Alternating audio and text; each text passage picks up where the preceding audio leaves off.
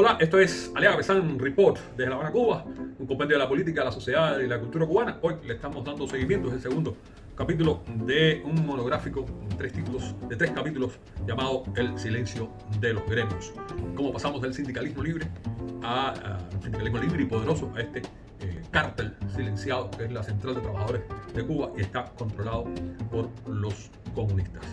En este monográfico vamos a abordar cuatro temas. Primero, la llegada de los auténticos al sindicalismo, su participación política e ideológica. Dos formas, el segundo punto serían dos formas de entender el sindicalismo, o sea, el sindicalismo libre y el sindicalismo controlado por los comunistas. El tercero sería el pacto con el general Batista de esta Confederación de Trabajadores de Cuba en los años 53, y 52, 53, y después el pacto, y después el final de una época. No quiero robarle más tiempo. Bueno, lo cierto es que el Palacio de la CTC, el Palacio de los Trabajadores, en 1947 se da una gran batalla. Por cierto, este gran edificio que todavía existe en las ruinas de Centro Habana, pues fue construido con el dinero de los trabajadores cubanos. Allí, pues en abril del 47 se da una batalla política, una batalla ideológica sobre quién iba a controlar la Confederación de Trabajadores Cubanos. Por una parte, estaban los comunistas que venían de un pacto con Batista durante la Segunda Guerra Mundial, cuando Batista fue presidente, y de otra parte venían los auténticos. Los auténticos y los demás protagonistas de esta época tenían una seria reserva con el Partido Comunista y sobre todo con la dirigencia obrera comunista, debido a que todos sabían que estaba vendida vulgarmente a Moscú y a la Internacional Comunista, que como saben desaparece ya en estos años. Y cuando la Guerra Fría avanza, pues evidentemente la presencia de los comunistas cada vez fue menos agradable, menos atractiva para los trabajadores. Lo cierto es que en este abril del 47 se enfrenta, por una parte protegido por pistoleros, el reelegido secretario de la CTC, Lázaro Peña, pistoleros comunistas, que como todos bien saben, también se organizaban para tomar el poder de alguna manera, eran pistoleros, que era Lázaro Peña, era el secretario general de la Confederación de Trabajadores de Cuba, había sido reelegido, un hombre realmente popular, tabaquero, mejor dicho, no tabaquero.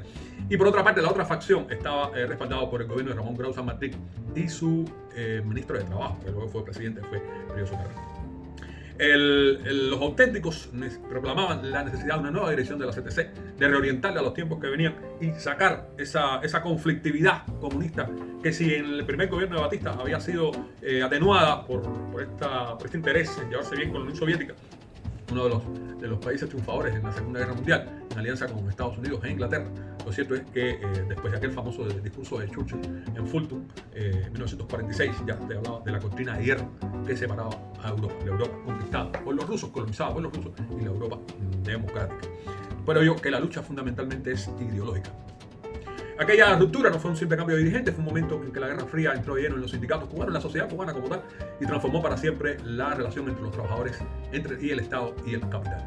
Por entrar, llegó hasta mi familia. Julio Pesan era líder de los trabajadores portuarios en Nuevitas, y era de esta tendencia auténtica, mientras Rodrigo Aleaga pertenecía a la facción comunista y junto con Amancio Rodríguez dirigía el sindicato azucarero en el Central Francisco, hoy ante Camagüey, hoy al sur de Las Tunas. La Confederación de Trabajadores de Cuba, que había nacido en enero del 39, bajo la dirección de diferentes gremios que decidieron organizarse, con un peso específico no es menos importante de los comunistas, pues practicaron durante la Segunda Guerra Mundial una política de contención de huelgas y colaboración con este gobierno democrático. A cambio, consolidaron una estructura sindical sin precedentes, no solamente para la historia de Cuba, sino también para la región, América Latina, el Caribe. Se contaba en ese momento, si Cuba tenía 6 millones de personas, tenía 33 federaciones de industrias y una capacidad real de presión sobre patrones y autoridades. Los logros fueron tangibles, se conquistó el diferencial azucarero, las jornadas semanales de 44 horas de trabajo por 48 horas de salario. Escuchen, 44 horas de trabajo por 48 horas de salario. O sea, se pagaban 4 horas más cada semana. El retiro obrero, el nivel de los salarios industriales de trabajadores industriales que situó a Cuba entre los 8 primeros del mundo, según la Organización Internacional del Trabajo. El movimiento de trabajadores era poderoso, disciplinado y en buena medida ideologizado para sus críticos, demasiado ideologizado.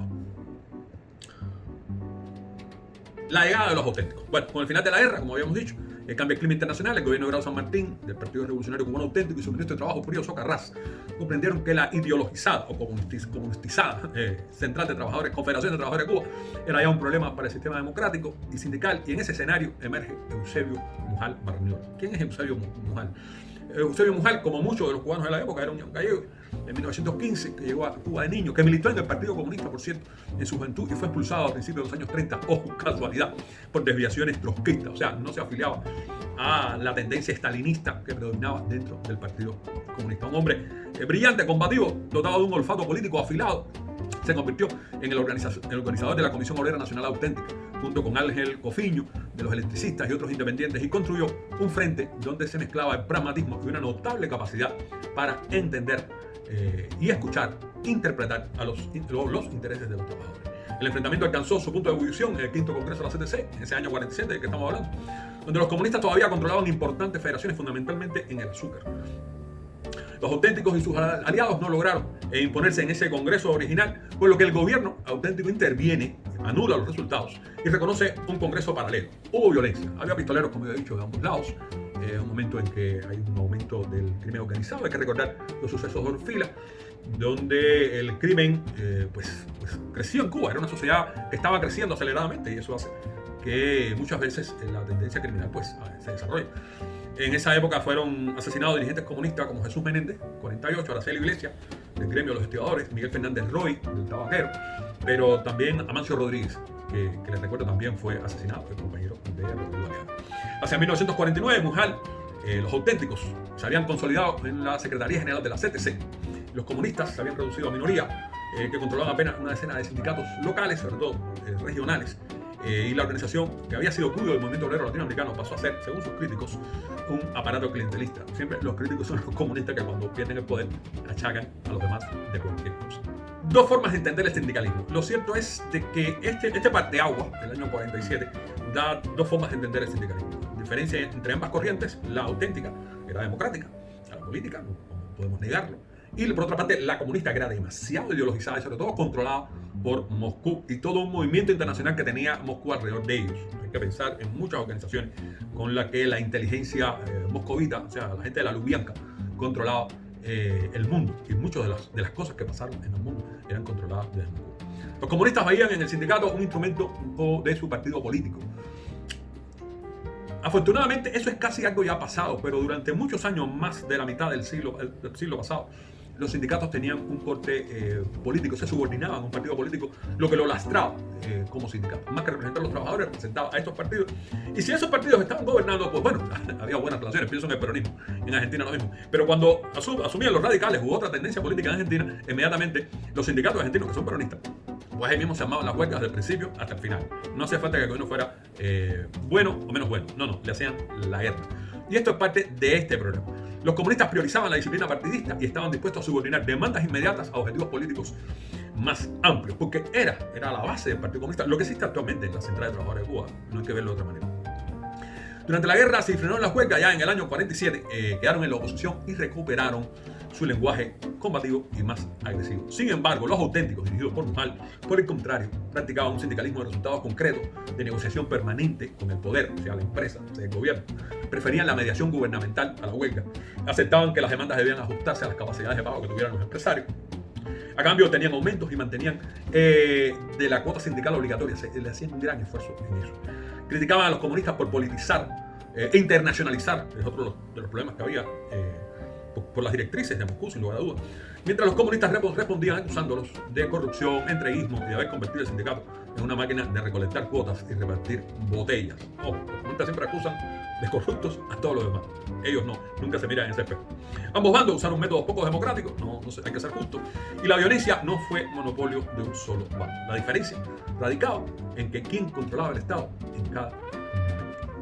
El pacto con el general Batista. Bueno, cuando Fulgencio Batista, el golpe de Estado el 10 de marzo del 52, los auténticos, el sindicato auténtico y la CTC, controlada por los auténticos, pues convoca inmediatamente a una huelga general. Sin embargo, en cuestión de días, se llegó a un acuerdo con el nuevo régimen, que no era un régimen, era autoritario, pero no era totalitario. Había libertades, en sentido general del término. Prensa libre, partido político, la Cámara funcionaba, que quisiéramos nosotros, por un día de gracia, tener las libertades que hubo durante el gobierno de Fulgencio Batista.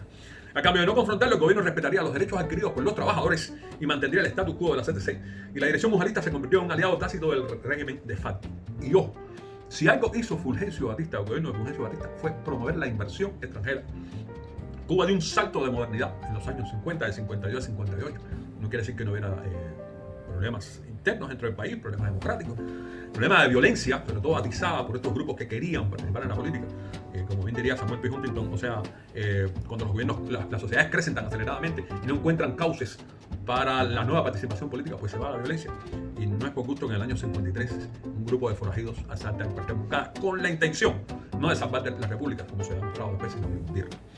Durante los años siguientes, o sea, 52 y 58, la CTC auténtica evitó las huelgas políticas de gran envergadura, aceptó mediaciones del Ministerio de Trabajo, combatió cualquier reaparición de influencia comunista. Y cuando el movimiento 26 de julio llamó a la huelga general en abril del 58, la dirección oficial se opuso abiertamente. Quienes derrotan a la huelga de 9 de abril no es Batista, los esbirros de Batista, la policía de Batista, el Ejército Nacional. No. Es la CTC que dice no a esa huelga general. Batista, el general Batista, a cambio decretó aumentos salariales para neutralizar el descontento. El salario mínimo se eleva a 85 pesos en la capital, o sea, en La Habana, cuando el peso se equiparaba al dólar. O sea, el salario mínimo era de $85 en el año 56. Para muchos trabajadores de base, especialmente en el interior y en los ingenios, la CTC había dejado de ser un instrumento de lucha para convertirse en un aparato de contención. Recuerden que decimos que en la Asociación de Trabajadores Azucareros pues estaba controlada por los comunistas, eran trabajadores más pobres, literalmente. Para otros, especialmente sectores urbanos con mejores salarios, se seguía garantizando conquistas concretas y estabilidad. Y esa es La Habana que recibe a aquellos bambudos, aquellos forajidos, aquellos bandoleros de montaña en el año 1959.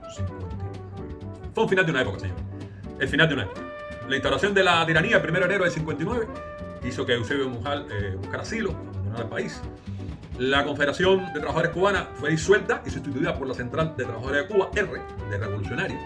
En el 10º Congreso, celebrado en noviembre de 59, los dirigentes provenientes del Frente Obrero Nacional Unido, ligado al 26 de julio, ojo, obtuvieron la mayoría. Sin embargo, los comunistas, que serían ahora la minoría, ¿no?, se hicieron llamar como los rusos, ¿no? De pronto se hicieron llamar los bolcheviques.